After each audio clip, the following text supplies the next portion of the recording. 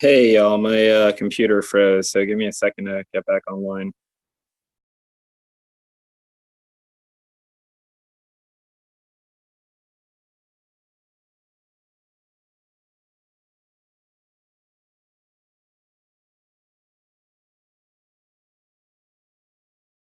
So while we're waiting, I think a few people are already online. I think that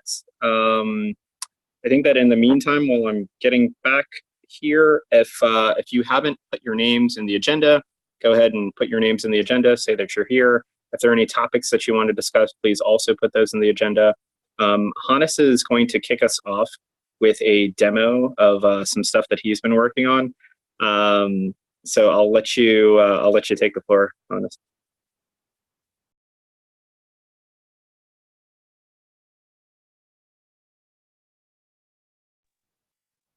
If you're speaking and it looks like you're speaking, we can't hear you. Oh, sorry. Hi, everybody. Let me just share my screen.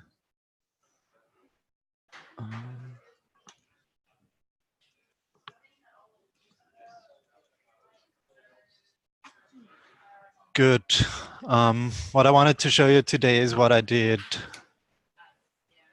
in the last couple of weeks as a spike for the branch FF stuff. And what I did, I just used concourse, which I happen to know and actually like, and implemented it there. So the difference between the branch FF as we do it right now and this stuff is, first, it does not run on anyone's laptop, where we basically have no control over, but it runs somewhere in the cloud, which we might control. And secondly, the most important bit here, it actually runs tests against the branch FF code. So basically, I wanted to show you off how I did that with the help of Concourse, and why, or get some feedback from you all, what you think about this. And basically what I can show you is two specific things I think that would be helpful for the release engineering stuff that Concourse brings. One of the first things is the thing you already see. It's all based around pipelines. So basically, in contrast to the tools we currently use, mainly GCB, is that it does not run only single tasks, but it manages how the artifacts and stuff flows basically from left to right, hopefully decreasing risk in that process. So the main thing here is it splits apart the what is called resources, which can be used as inputs and outputs, and the actual tasks that run, which in that case is the branch FF and then the test. And if we step into the test, what we can see here is all the resources it needed, specified by the arrows you see here, pulled that down, then ran some tasks, and that's it. By splitting apart these tasks and resources, what I can see here is exactly which resource. In that case, it's a Git resource, which Shahid used, and I can be certain that this specific version of the resource is flowing through the pipeline, and I get a nice overview of that. What else can I show you? For example, if I click on the resource itself, I can inspect where has the resource of this version been used. Here I can see, okay, one green output of whatever this test run is, or sorry, input of this test run, and has been produced by the output of this branch FF. So this is a very, very short overview of Concourse. And yeah, basically that's it. Just wanted to gather some feedback. Why I think this is also important is it might help us in the process of splitting apart our release tooling, because everything in Concourse is a container. Like every task, every resource is basically a container image that runs, which we could then one by one upgrade, or like one by one switch to refactor to whatever we want, Golang, without needing to care too much about the other bits and pieces, given we use only the described resources to pass artifacts around. Any inputs? Any concerns? For your initial demo, it looks like you're running this just on your own local dev Kubernetes, just going by the URL at the top of the screen. Is that what you're using for hosting right now? So right now, this is running on a shared Concourse instance, which the Concourse team provides for us internally. It's running on GKE, I believe, but I don't know much details about that. But if that is of interest, I can get them. But the short version is Concourse basically runs anywhere on any Kubernetes, can even run locally on your Docker engine. And yeah. So I have feedback, and you said concerns. I have concerns as well, but I'm going to give other people a chance to provide their feedback before. I'm mostly interested in concerns.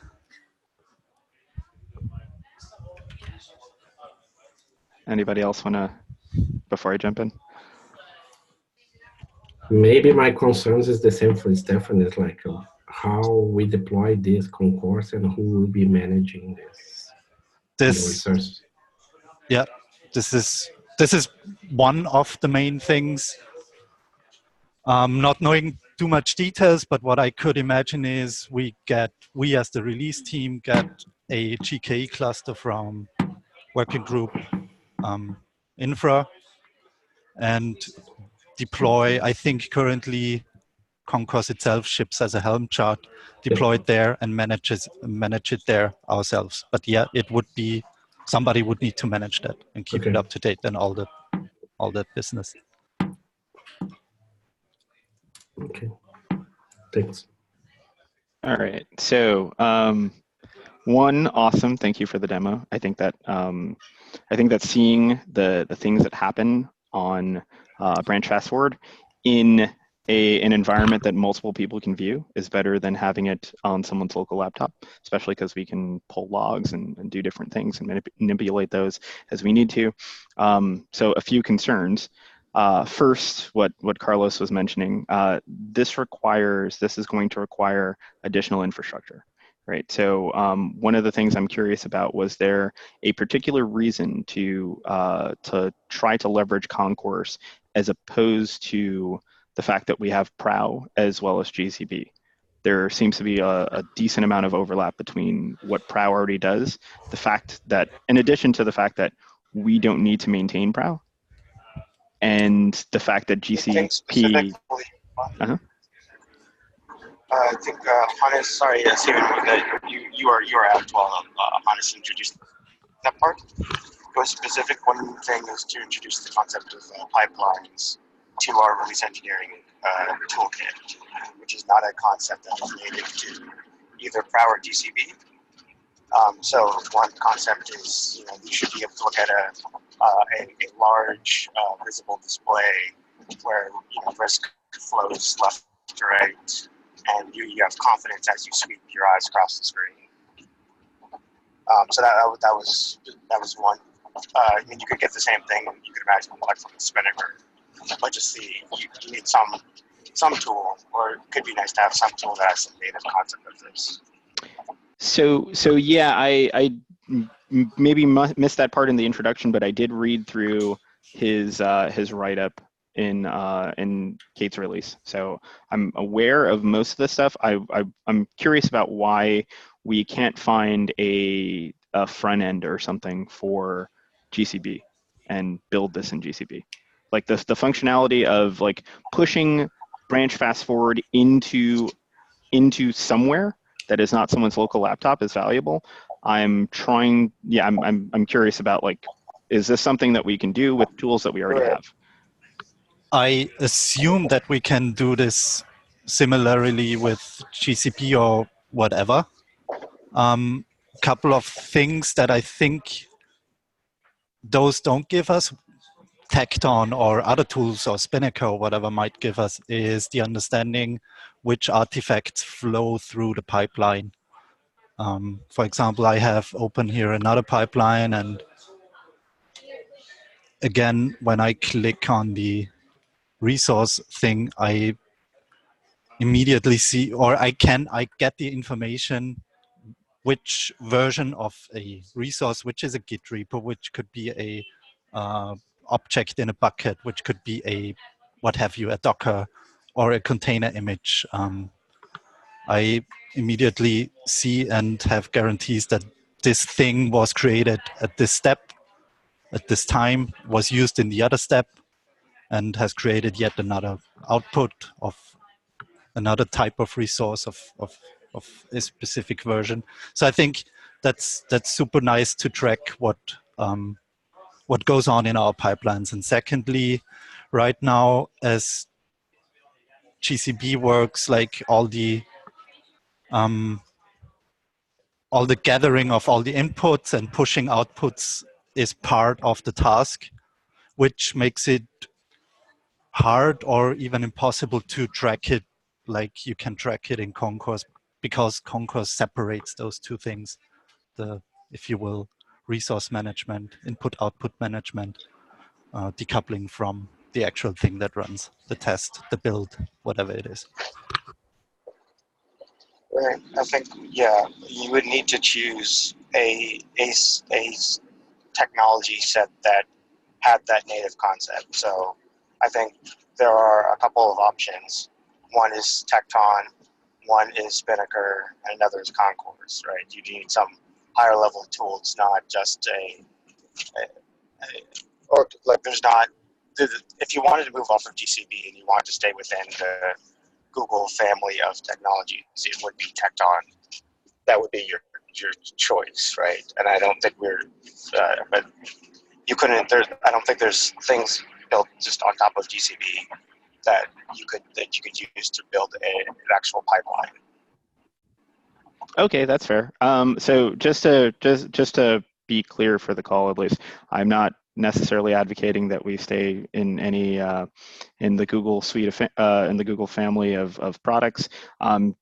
Just my main concern is any additional resource management that we would be taking up. Right. I want to make sure that, like, we already have enough things in our hands. I want to make sure that, like, any projects that we start working on don't add things to that list unnecessarily. I think that this is valuable. This idea is valuable overall. I just want to make sure that we're considering that as we move into it. So what I'd suggest here is that we reach out to the test infra folks, because I feel like we'd have a choice if, well, the initial choice here is, do we build something on top of the existing tools or try and find something, or do we go with something that's been built but we have to run and manage also? If we build something that's going to need run and managed, right? But maybe test infra has some built-in existing biases as a group toward things that they would be willing to run and manage, or maybe over there everybody loves Concourse for all we know. Like that, I think we should reach out to them and understand what sorts of things they envision being easy to run and manage for this type of work. Another thing I just want to mention is that I don't want to move everything tomorrow to Concourse or Tecton or what have you. But I think it would align well with the work we're doing right now, like breaking the thing apart. And so, if you will, it does not interfere anyway. What we can do right now, I can just continue my tests or POCs on our internal thing here and see how it goes. Another thing we could explore is if we really want to use that someone, we could also see if the team that internally for us at Pivotal who runs the thing would sponsor running another instance or what have you, or manage that for us. Yeah, that sounds good. I would say that, you know, one of the first immediate benefits I see here is not so much in the tool itself, but process-wise, shoving branch fast forward into something, some test job that runs, right? So like Prow already has the ability to run jobs on some interval, right? Cron jobs-ish, right? So for the patch release managers, for the branch managers that are on the call, I guess one of the questions I would have is, have you seen the need as a branch manager or patch release manager to actually inspect the repo before you push? I mean, the instructions specifically, you need to look at the state of the repo. I think that's what branch FF. Yes, that's what I'm saying. So if people have not needed, or this has been consistently good, the runs have been consistently good, and people have not needed to do that. Like Hannes was mentioning that he doesn't really need to do or maintain anything, any state afterwards, after running branch fast forward, then we don't necessarily need a human to do it. Then that means we can shove it in a job. There's a period where that's valid, basically right now. Once we get to the final couple of weeks, depending on how code freeze goes, but especially during code freeze and potentially the leading up to or depending on how thaw happens exactly, at that point, the branch manager should really be looking at the branches. And my fear is that if we do too much automation, it sends the message that this is another one of these areas where there's this perception that test infra should just be all automated away. But there's a period where the human needs to be very much turned on, looking at what's going on and actively managing the flow of things. And the less practice one gets at that, even if one simply thinks, oh, I don't need to do it right now, doing it right now a little bit is a great learning thing. So how we build that culturally versus just automate it away and work against establishing the culture, I think, is something we need to be sensitive to. Yeah, but to say specifically on this issue here, right? One of the reasons why you would want to not try and re-architect Prow or figure out how to build things on top of Prow that will allow you to chain individual tasks together, which is not a concept that's native in the architecture, is that this demo as you have today has the ability to run tests. So not only does it introduce the concept of a pipeline, through the introduction of the concept of a pipeline, it introduces the idea of back pressure, such that commits cannot move forward until they're qualified as good. This allows a human to be aided by machines in doing that qualification, whereas today there was actually nothing that did that at all.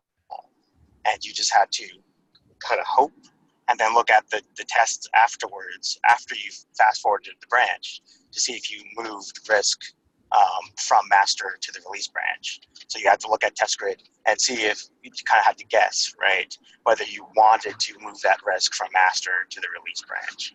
And now that you have a computer that helps you qualify that decision. So Yeah, it actually, it's like it's anatomic versus autonomous, which I think is a little bit of the difference.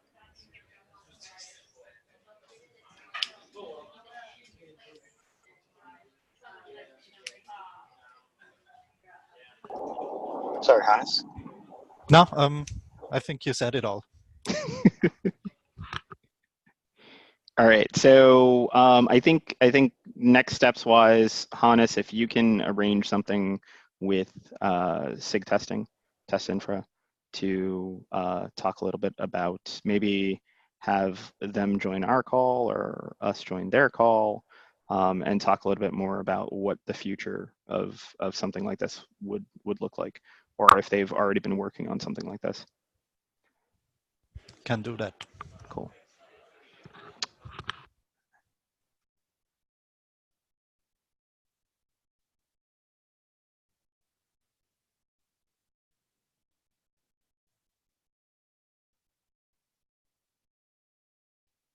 Sorry, just realized I was muted. All right, so next up we've got Carlos. He has Carlos. I'll let you take it away. Yeah, let me review.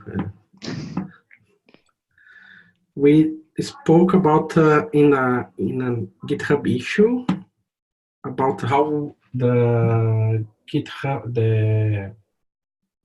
release manager associates can have more tasks or more formal training or like hands-on training during the release cycle.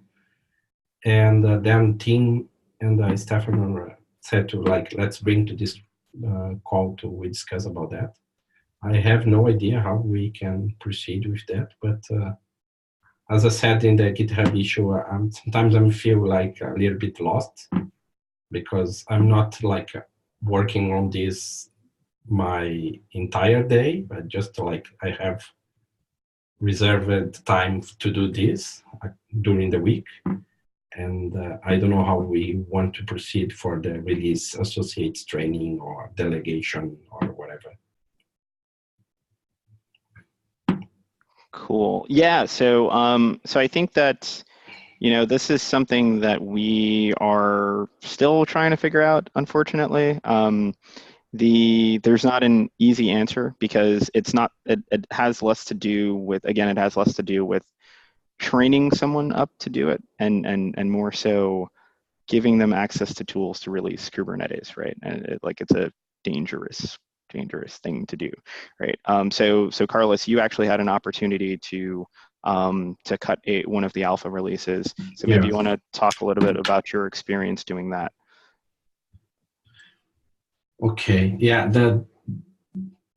the morning I discovered I need to cut the release, it was like I was sleeping, and then you guys, you, Stefan, and Young, like I think you talk in private, or I don't know how it was like decide who will run the alpha cut.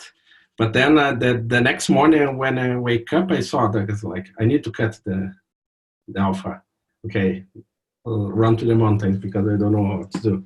And then I start rereading all the handbooks and see how was the setup for the machine, because I have a Mac and I discovered we cannot use Mac, we need to use like a Linux. But for me, the process to cut that alpha was like very straightforward. I watched the Stefan's video on YouTube for the alpha 0, alpha 1, I guess. Like this 2 hours video was like really good because you, Stefan, went through in all the details. And also I watched the Young walkthrough for the alpha 1. And then in my morning I did like, I set up all the environment and then cut using the mock, the stage and the release using the mock one, and like was like straightforward. Actually it's like more waiting instead of like, okay, I need to check this and apply some inputs in another side. It was like checking the logs and actually just brewing coffee and wait for the release to be cut. And and then in the evening we set up a Zoom call, and then some people join and just watch. And then I try to explain, as Stefan did in his YouTube video, like I'm doing these steps, I'm checking this GitHub issue, I'm updating the issue for the alpha cut with the test grids, screenshots, and all the informations, and also it was like, for me, it was straightforward, this part. I don't know how about the branch forward and actually cutting the release. So that is, you did cut a release, right? You ended up cutting. You ended up cutting an alpha release. So the branch fast forward is a little different because branch fast forward requires you to be a member of the release manager's GitHub team, which gives you right access to Kubernetes, right? So that again is something that we can't just give away lightly. So I guess a note on the video that I did. That was my first time doing that as well, right? So part of the reason for that video was to say, like, this is someone who has no idea how to do this, recording it, right? For the sake of it being useful later. So part of what we can do to help the release manager associates learn the task is to engage in distributed mentoring, like doing videos like that, right? I recently added there's an active PR open for branch manager handbook updates, which I linked in the agenda. You can take a look at that to get some ideas of some of the changes. So I wanted to do the alpha 0 to get an idea of just how the process worked. I also did the beta 0 because that involves the branch cuts. The branch cuts essentially happen once a cycle, right? So there are lots of things that may or may not have been documented that I wanted to try and capture, right? So that PR is the work product of that stuff. There have been some active conversations around how we can dedupe our mailing lists. And so one, it's easier for people to communicate within the team as well as communicate with us. The second part of that is so that we can eventually use those mailing lists to issue permissions on GCP, right? So the release manager's private at kubernetes.io is the mailing list for internal communication between the patch release managers, the SIG chairs, and some of the security, product security committee. That's the current state. That list will be shortened up to be the build admins, the patch release team, the branch managers, and I think that's it, right? The release managers at kubernetes.io list will be everyone that I just mentioned, including in addition to the release manager associates, right? So now we're getting close to the point where those lists are almost in the shape that I need them to be for me to feel comfortable using them to grant permissions on GCP. So hopefully this week I can start playing around with the IAM policies for our release project in GCP and try to build the role that I was talking about, which is basically a descoped version of the release manager role. So y'all can start to look around in the buckets and see what's going on with the cloud builds and all that stuff, right? In terms of, learning and growing and as a release manager associate, there are things that you just won't be able to do, right? And you won't be able to do until you essentially prove to us that we can trust you with the keys, right? So, part of, for all of the release managers on the call and listening later, part of what we want you to be doing is taking an active interest in the things that we're working on, right? So not just you shouldn't view the release manager associate as a shadow to the branch manager.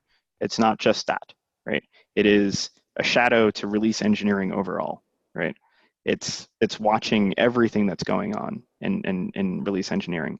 So that's watching what's popping up on the SIG release repo, watching what's popping up on the release repo, being a part of these calls, being active in the SIG release and the release management channels on Slack, offering to take up issues or review PRs, right, that come into those repos. Like, that's how you prove to, like, that's, so we were essentially, so, the reason that we gave you the access to do that temporarily is because we were like, hey, Carlos has been doing this stuff. Carlos has been watching what's going on. He's taking an active interest in this, right? And like, okay, well, if we're going to choose someone to jump on this, like, let's have it be Carlos, right? So that was the discussion that was happening the week before, and that's why it was like it was only resolved as of that night, which is why you saw the notice in the morning, right? But so sorry for the short notice, but I hope you enjoyed yourself having an opportunity to yeah, for sure. And again, I thank you and Jan for the trust. And for me, it was like a great learning experience. Like, was a short notes, but that is no problem because the documentation is like well writing, and it was easy to read and follow all the guides. And even I set up a new machine on AWS to set up my environment. It was like straightforward as well. That's awesome. That's awesome. And I think that, one of our goals overall is to make the documentation like so easy to read that literally anyone can pick it up and do it, right? You saw from the process, a lot of it really is just waiting for the builds to finish running. I have a personal goal where if I've written a document from start to finish, I'm not happy if you come back with questions. Right? That means I haven't done my job in writing that document, right? It should be so clear that you don't need to, right? So if you, and this goes for literally any SIG release doc, if you see a doc that is not clear, file an issue, tell us, right? Because we want that to, especially for people who are not part of, or not part of SIG release and don't have the same context that we do, we want them to be able to come to the doc and go, oh, I get exactly what they're doing right now, right? So think about, whenever you take up a document or whenever you take up a PR, realize that every word you write, every line of code that you commit is potentially going to be viewed by someone, right?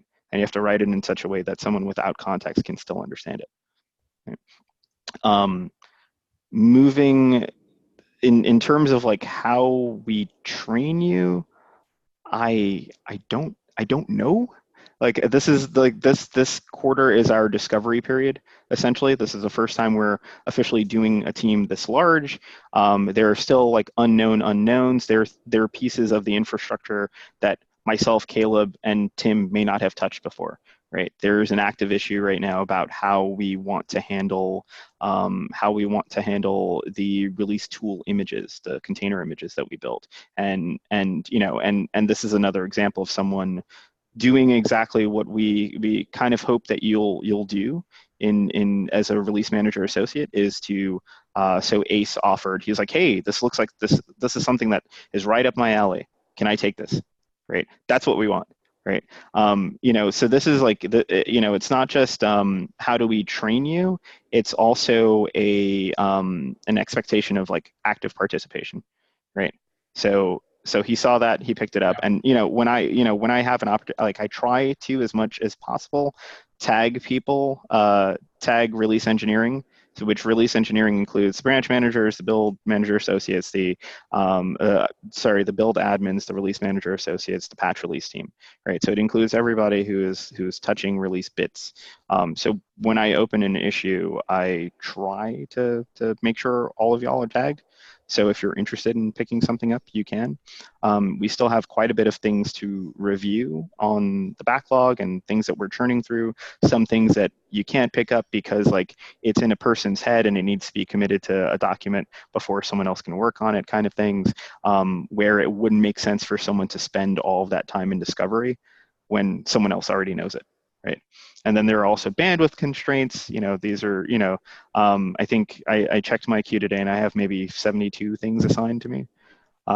So like, trying to figure out what's appropriate for someone to work on in your active queue as opposed to maybe doing something and then handing something else off to them is like, it's a constant juggling process. So everyone who's here, we're working through this. So I thank you for being patient with us as we try to figure out what the shape of this team looks like. Yeah, I'm trying to like when you open a PR and tag the release managers or the SIG release or any release start, I try to follow all the issue, the PRs, and see what was the change, how you made the change, where you made the change, and so on. Then I can try to like understand at least a bit.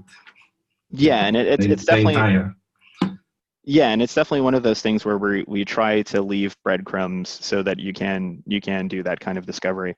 And it's also helpful to us if you like sometimes maybe 3 weeks later you look at an issue and you're like, wait, what did I do here? And you have to do your own, you have to do your own archaeology. So it is helpful whenever you're putting up an issue or a PR to not just say like, hey, I did this thing, or I added something to blah, right? Say why you did it. Like, say what you're doing, say why you did it, link to any active issues or conversations so that someone who is not part of that conversation can follow along too, right? Correct. So questions from other release manager associates about that stuff? Places where we can be improving there?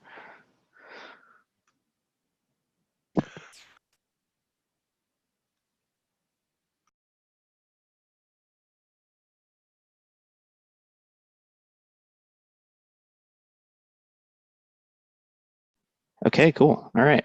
I have a question or comment or both. Yep. Wanted to give time specifically for the associates since you'd cut out to them. So I'm a little concerned here on, so we added this big team, and the commit where they went in, it was sort of the associates for 1.16, and this has been decoupled from the release cycle. But I want to do sort of a process checkpoint because we're about 2/3 of the way through the 1.16 release, and make sure that we're on the right path. I think the discussion here around process updates is good, but a lot of it came to associates pay attention and get involved. And I think when this originally came up, we sort of had the question from Carlos, like, well, what is the path here? How does one grow as an associate? How does one move up to branch manager? We talked a bit here about the responsibilities of the associates, but I really think we need to flesh out more on what the leaders' responsibilities are for actively growing. So that was sort of a TBD part of the last discussion, but as time goes by, I don't want to get another 8 weeks along, because it's been 8 weeks since we did the PR with that list of names, basically. And I want to make sure that we're not just kicking a can down the road, that we are having some process points for making sure that we flesh that part out. I know, Stephen, you're focused right now on doing discovery, getting less unknown unknowns, but I don't know if there's a way we could do a little more incrementally to do something for bringing those people or giving them a clear line of sight on what their future looks like. Okay, so future-wise, right, as a release manager associate, you kind of want to go up this contributor ladder that we've just created, right? So it's essentially like roles that have existed have existed for a while that have been kind of separate, right? The branch manager and the patch release manager roles. The patch release role was pulled out of the release team and it became a team itself, right? The branch managers were essentially bound to a release cycle, right? So they would do their work and then kind of shift off, right? Where I think that, if after you've grown someone at least one cycle for shadowing the role, and then another cycle to actually do the branch management activities, right? You have a contributor who has learned a lot of the context that you need to work on the patch release team, right? So that's like a natural progression. They've touched all the tools, right? They've opened the issues, they've made the announcements and all that stuff, right? So that's a natural progression. And I think that what I see in the release manager associate role is I come in, I'm super eager, I'm doing all the stuff, I'm filing PRs. Hey, I don't understand this. Hey, can I take a crack at this? All right, I'm maybe reviewing PRs myself. We see that you're interested. You see that you've been interested. We promote you to branch manager, right? You continue to do that work. Some cycles go by, maybe a cycle, maybe two, I don't know, and you become you get invited to the patch release team, right? Patch release team has a few different things going on where, they're juggling the patch releases for all of the active cycles, right? All of the active Kubernetes releases. They're also keyed in with the product security committee about active CVs, right? So this is kind of like different work. Some of it is secret work. That I would see a branch manager growing into, afterwards, right? As an example, Yang, who is on the call, we've invited him to become a patch release team member, right? Starting in 117, right? And then we also have a former branch manager, Doug, who was he branch or was he patch? He might have been a patch, right, Tim? He was branch. Branch. Branch. He was the first actual outside of Google person to do that work. Okay, right. So we've also invited him to remain on the patch release team, right? These teams, the set of branch managers, as well as the set of members on the patch release team, as well as the set of release manager associates, don't think of them as bounded by any one release cycle. If you are doing the work, you can stay on the team. That's what I think. And I think that, it gives us the opportunity for, like, every cycle. I don't imagine that's, even this cycle, right? So far, Yang is like the primary branch manager. We don't have the idea of primaries, but Yang is the primary because he was selected for branch management for 116 before we pulled the team out, right? So I think that he has had the opportunity to cede some of those responsibilities to allow myself, Carlos, chances to actually go through the motions of pressing that button, right? So I think that, just being a patch release team member or a branch manager, you don't have to do just those actions, right? It's now that you have the context from doing the job for some time, you should seek to do things like improve it, right? It's not just executing the job, it's identifying flaws in the process, right? So Hannes presenting the demo on how do we start to look at pipelining, right? Hannes is a patch release team member, right? That's the kind of things we would expect, right? So in terms of graduation and defining policy from the top down, as opposed to figuring out what I need to be doing as an associate to move up, Tim, I would call you out here. There is an open issue on patch release team processes that we can probably work on cleaning up. From my side, I'm working on the branch management onboarding as well as cleanups for that handbook, right? So I think somewhere in the middle, Tim and I will meet and figure out, okay, well, this is something that happens. And so an example of the branch cut activities, right? The branch cut activities don't need to be done by a patch release team member, right? They just need to be explicitly enough and documented and done by someone who has access to do them, right? That's something that we can pull out of the patch release manager, the patch manager, the branch, oh my God, the branch manager's handbook, right? Something like doing the notifications for the release. That's something else that doesn't necessarily need to be done by the person who pushed the button, right?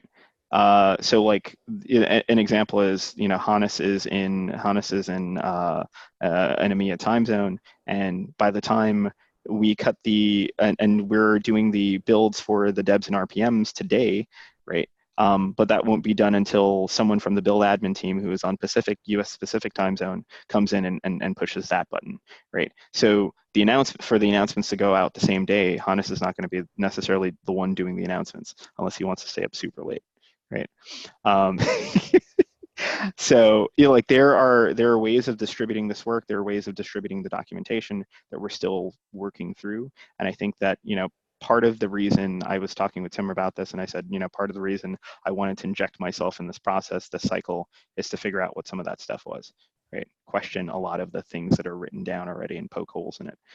So I think that we're doing that. I think we still have a long way to go, but things are happening. Hopefully it looks like things are happening to people. So any questions on that stuff?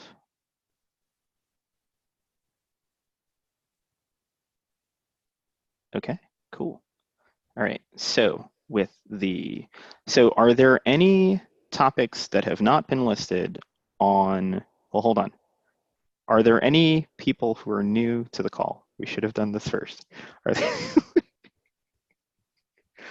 I'm seeing familiar faces, so. Okay, all right. Are there any topics that were not listed on the agenda that someone wants to cover?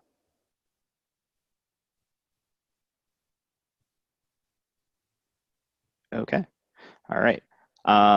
So maybe it's good if I roll through. I don't think we're going to have quite enough time for the board today. We can. I don't want to speed through it. I think it's unfair to speed through it. But what I can do is share my screen.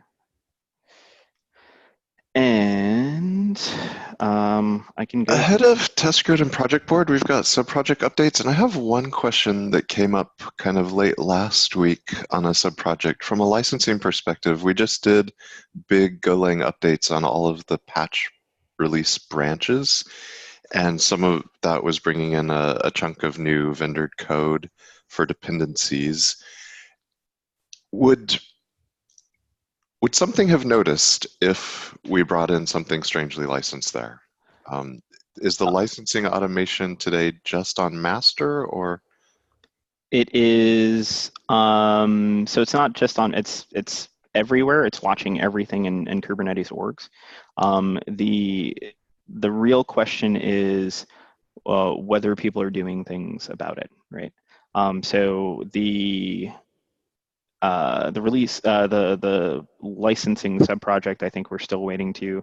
I think Josh had mentioned that it might be a good idea for licensing to give their updates in SIG release and SIG release meetings, as opposed to having their own meeting, simply because we haven't been able to schedule one of those things. It has so it's myself, Nikita, Dims, and Steve Winslow from the LF.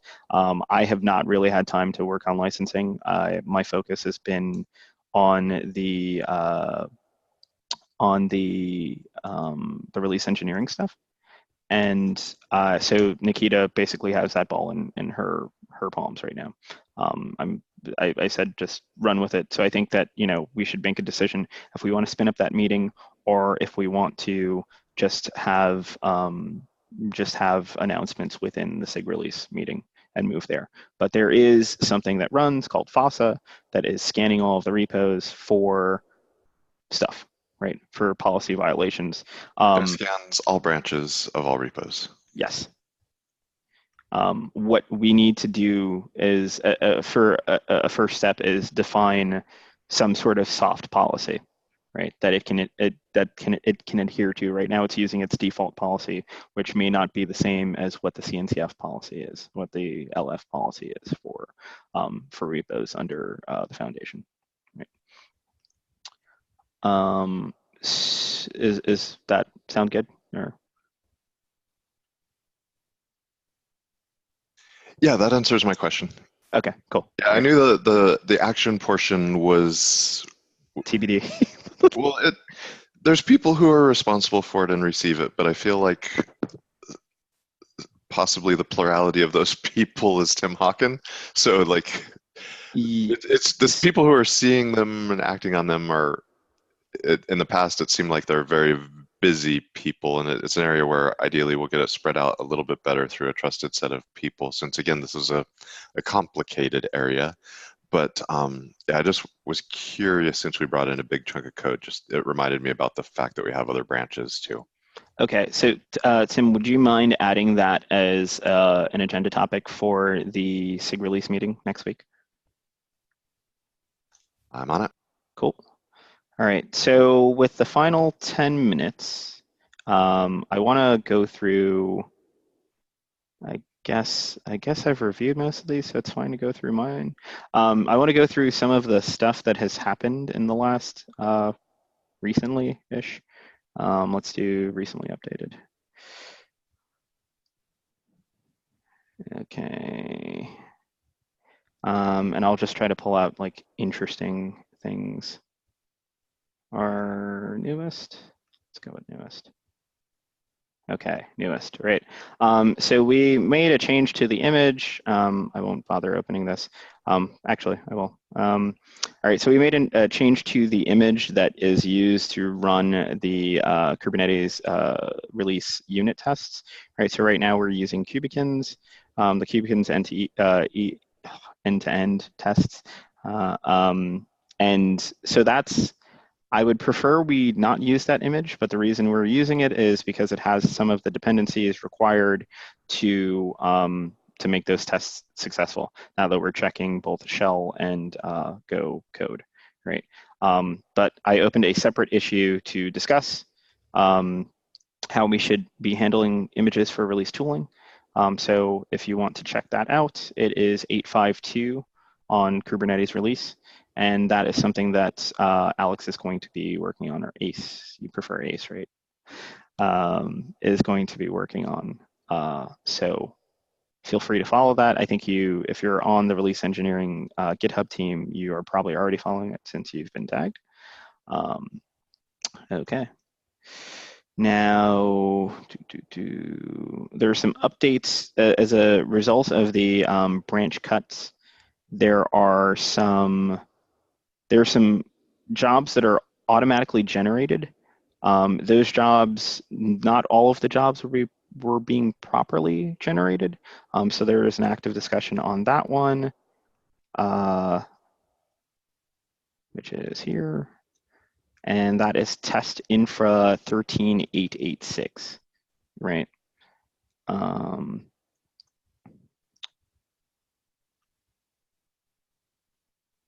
Publishing bot does better logging now.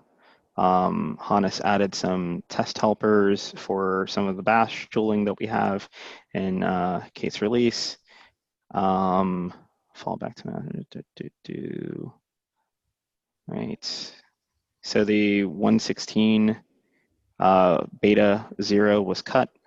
There were some associated branch cut activities that happened there. What I did was every time I had to do a thing that was any way, shape, or form related to this branch cut, I either opened an issue or a PR and linked it back here. So there are some things some action items to look at, as well as just general history. So if you are a release manager associate who has not had an opportunity to cut a release yet, this is a pretty well documented one of the process. That is